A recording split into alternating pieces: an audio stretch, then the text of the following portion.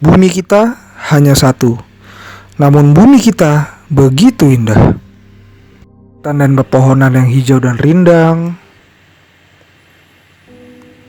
air sungai yang jernih, sejuk dan bersih. Udara di tepi pantai yang hangat, ditemani partikel pasir yang putih dan lembut. Deburan suara ombak yang begitu syahdu, suaranya lamban mendayu-dayu. Dasar lautan yang jernih, terumbu karang indah berwarna-warni. Ikan-ikan berenang bebas kesana kemari. Mensyukuri keanekaragaman hayati yang begitu indah dan lestari. Indah ya? Tapi itu bumi kita yang dulu. Coba kita bandingkan dengan bumi kita yang sekarang. Pesisir pantai yang dulunya begitu bersih, saat ini penuh dengan sampah. Sampah-sampah hanyut ke lautan, merusak, bahkan membunuh banyak hewan di lautan. Di perkotaan, tingginya tingkat pembangunan menyebabkan permasalahan lingkungan baru, yaitu efek rumah kaca. Pemanasan global meningkat drastis. Suhu bumi pun naik menjadi panas. Apa sih efeknya? Glasier di kutub mencair, tinggi permukaan laut meningkat, cuaca dan iklim pun berubah total menjadi sulit diprediksi.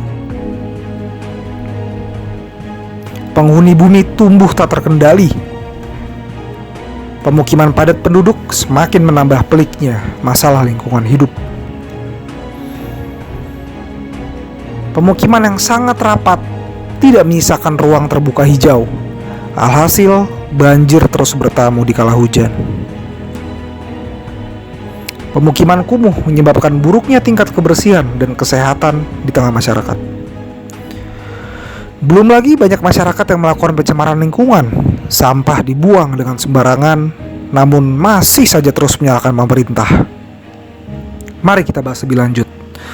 Data berikut menunjukkan bahwa World Bank memperkirakan di tahun 2050 penyumbang sampah plastik terbesar di dunia adalah East Asia dan South Asia.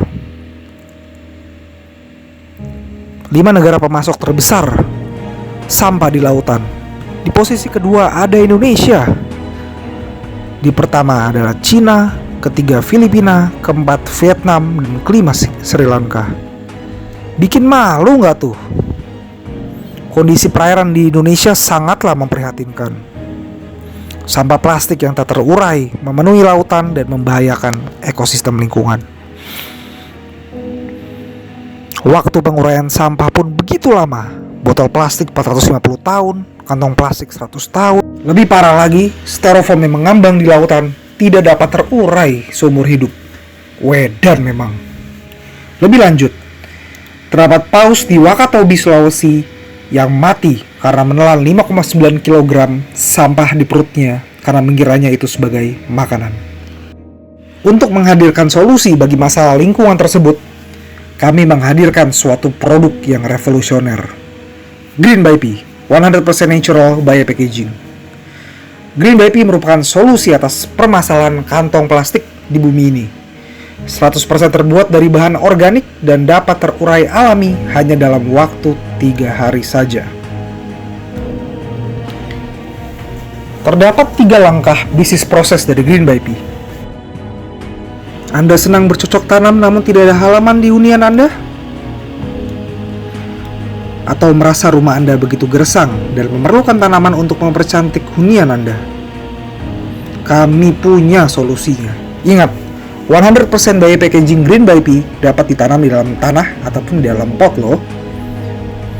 Kami punya beragam varian untuk Anda. Bagi Anda penggemar tanaman berbunga, berikut pilihannya. Kami memiliki tanaman hias melati, bunga matahari, lavender, marigold vanilla, serta white and red rose. Namun bagi Anda yang lebih menyukai tanaman buah, jangan khawatir. Kami juga punya berbagai varian tanaman buah yang dapat ditanam di dalam pot hanya untuk Anda. Jenis tanaman kami adalah strawberry, jambu, cherry barbados, tomat, blueberry, arbe, serta lemon. Berikut adalah gambaran singkat mengenai fasilitas produksi di usaha kami. High Technology Power Plant, kami menggunakan teknologi yang mengeliminasi hazardous waste sehingga menciptakan limbah yang aman bagi lingkungan. Kami juga menggunakan teknologi mutakhir yang berfokus terhadap reusability dan recyclability. Sekarang mari kita lanjut ke pertanyaan berikutnya. Siapa sih target market dari Green by P? Green by P membagi target marketnya ke dalam dua kategori. Pertama, business to business, dan kedua, business to customer. Market segmen yang pertama, atau B2B level, terdapat dua konsumen target market utama perusahaan. Yang pertama adalah consumer goods manufacturer atau pabrikan yang menyediakan produk dalam kemasan plastik seperti Sosro, Orang Tua, Mayora, Indofood, Wings Food, dan Kalbe. Dan kedua adalah restoran-restoran multinasional dan lokal ternama di Nusantara, sebut saja McDonald, restoran Padang Sederhana, atau Sate Khas Senayan. Untuk target market business to consumer level atau B2C, kami memiliki dua jenis lapak. Lapak pertama adalah lapak lawas atau brick to mortar, yaitu mendirikan toko fisik yang spesial khusus di pasar-pasar tradisional guna merangkul setiap kebutuhan masyarakat mulai dari level bawah, menengah, dan level atas. Lapak kedua adalah lapak digital atau online market space. Kami akan membuka online store di berbagai platform marketplace di Indonesia guna menjangkau pasar-pasar milenial atau luar kota.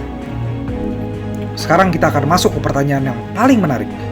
Berapa sih nilai investasi yang dibutuhkan guna membangun pabrik dan segala fasilitas yang dibutuhkan oleh Green by P? Nilai investasi kami atau investment value yang kami tawarkan adalah 800 billion USD atau setara dengan 11,2 triliun rupiah. Kami membuka open partnership dengan beberapa perusahaan pilihan yang telah kami tentukan sebelumnya, yaitu Lotte Chemical Titan dan PT Chandra Asri Petrochemical Tbk yang memiliki keunggulan kompetitif di bidang chemical engineering, serta PT Smart Tbk atau Sinarmas Agriculture yang sudah piawai di bidang agrikultur. Sekarang mari akan kita bahas kelangsungan bisnis Green by P dari sisi GBA Analysis atau General Business Environment Analysis. GBA Analysis terdiri dari 8 faktor. Yang pertama adalah nature, kedua government, ketiga technology, keempat social culture, kelima demographic, keenam legal, ketujuh economy, dan kedelapan politics. Dari segi nature, strategi Green by P dalam memanfaatkan peluang adalah merupakan solusi yang revolusioner sebagai produk packaging pengganti kantong plastik konvensional. Kemudian, karena berbahan baku 100% biomaterial, produk ini hanya membutuhkan waktu 3 hari untuk terurai secara sempurna, secara alami. Yang ketiga, Green by P dapat ditanam menjadi tanaman bunga ataupun tanaman buah yang mendukung penghijauan yang dapat melawan global warming. Tantangan yang dihadapi dari segi nature adalah masih rendahnya kesadaran masyarakat Indonesia untuk menjaga kelestarian lingkungan hidup. Kemudian, banyaknya pemukiman kumuh yang membuang sampah sembarangan ke bantaran sungai hingga ke ekosistem lautan. Kemudian tingginya pembangunan tanpa memperhatikan ruang terbuka hijau. Yang keempat adalah waste management sampah yang masih sangat buruk dari pemerintah. Mari kita bahas faktor berikutnya, yakni faktor ekonomi. Dari segi ekonomi, tantangan yang dihadapi adalah global economic slowdown karena perang dagang US versus China dan Rusia versus Arab Saudi. Kemudian coronavirus lockdown juga mematikan perdagangan dan distribusi ekonomi di seluruh dunia. Ketiga, rupiah juga mengalami pelemahan terhadap dolar yang hampir menyentuh level Rp17.000 per USD di bulan Maret yang lalu. Lalu kemudian peluang yang diambil dari sisi ekonomi adalah pertumbuhan ekonomi Indonesia masih dipercaya cukup baik di negara ASEAN, yakni 5,02%. Kemudian tren garis kemiskinan yang terus menurun sepanjang tahunnya, lalu juga tingkat inflasi yang terjaga di level 2,68%. Kemudian rupiah merupakan mata uang primadona di Asia karena kekuatannya untuk melawan dolar Amerika Serikat. Kita lanjutkan Untuk faktor berikutnya yaitu faktor law atau legal. Dari faktor legal, tantangan yang dihadapi adalah Undang-Undang Omnibus Law atau Undang-Undang Cipta Kerja yang belakangan ini menjadi kontroversi karena dianggap melemahkan buruh. Kemudian, tantangan berikutnya adalah tingginya kenaikan upah buruh di tahun 2020 ini sebesar 8,51%. Karena itu, peluang yang akan diambil oleh Green by P adalah mendukung atau berpihak terhadap direct labor dalam negeri dengan menolak praktik employment untuk tenaga kerja asing. Kemudian, untuk menghindari tingginya direct labor cost di kota-kota besar, maka Green by P akan membuka fasilitas pabriknya di Jawa Tengah, sehingga direct labor cost per bulannya hanya 1,7 juta rupiah. Kita masuk ke analisis berikutnya, yakni faktor demografi di Indonesia. Sebagaimana kita ketahui bersama, Indonesia merupakan negara keempat yang memiliki penduduk terpadat di dunia setelah China, India, dan Amerika Serikat. Indonesia juga memiliki bonus demografi di mana penduduk dengan usia produktif melebihi penduduk dari usia non-produktif. Tantangan yang dihadapi oleh Indonesia dari sisi demografi adalah jumlah penduduk Indonesia yang begitu besar dan melebihi jumlah tersedianya lapangan kerja, kemudian persebaran penduduk dan pembangunan yang tidak merata. Peluang yang akan diambil Green by P adalah memanfaatkan bonus demografi di Indonesia untuk meng-hire tenaga kerja yang masih muda, lincah, dan inovatif. Kemudian, mendukung dibukanya lapangan pekerjaan seluas-luasnya untuk menurunkan tingkat pengangguran di Indonesia. Analisis berikutnya adalah faktor sosial budaya di Indonesia. Sebagaimana kita ketahui, kemiskinan merupakan masalah yang belum kunjung terselesaikan dan terus mewabah setiap tahunnya. Banyak sekali dampak dari masalah sosial yang belum terpecahkan dan terus menimbulkan keresahan di tengah masyarakat. Peluang yang akan diambil oleh Green by P adalah membuka lapangan kerja seluas-luasnya dengan memprioritaskan putra daerah. Kemudian melakukan human capital development yang tidak hanya berfokus terhadap pengembangan skill dan knowledge, tapi juga terhadap etika, integritas, serta kesadaran bernegara yang tinggi. Kita lanjut membahas faktor lain yang sangat penting bagi kelangsungan bisnis dan upaya menjalankan continuous improvement, yaitu faktor teknologi. Sebagaimana kita ketahui bersama, revolusi industri telah mencapai titik 4.0, di mana internet membuka peluang-peluang dan pintu baru atas penemuan yang sebelumnya belum dapat tercapai. Dari sisi teknologi, tantangan yang kita hadapi adalah teknologi recycling dan biomanufacture packaging yang masih terbatas di dunia, serta menghadapi financial constraint dalam produksi biopackaging dengan kualitas yang tinggi namun dengan harga yang ekonomis. Peluang yang teknologi yang akan kami ambil adalah value added integration and development dengan bekerja sama bersama mitra kami, yaitu PT Sinarmas, PT Lotte Chemical Titan, dan PT Chandra Asri Petrochemical.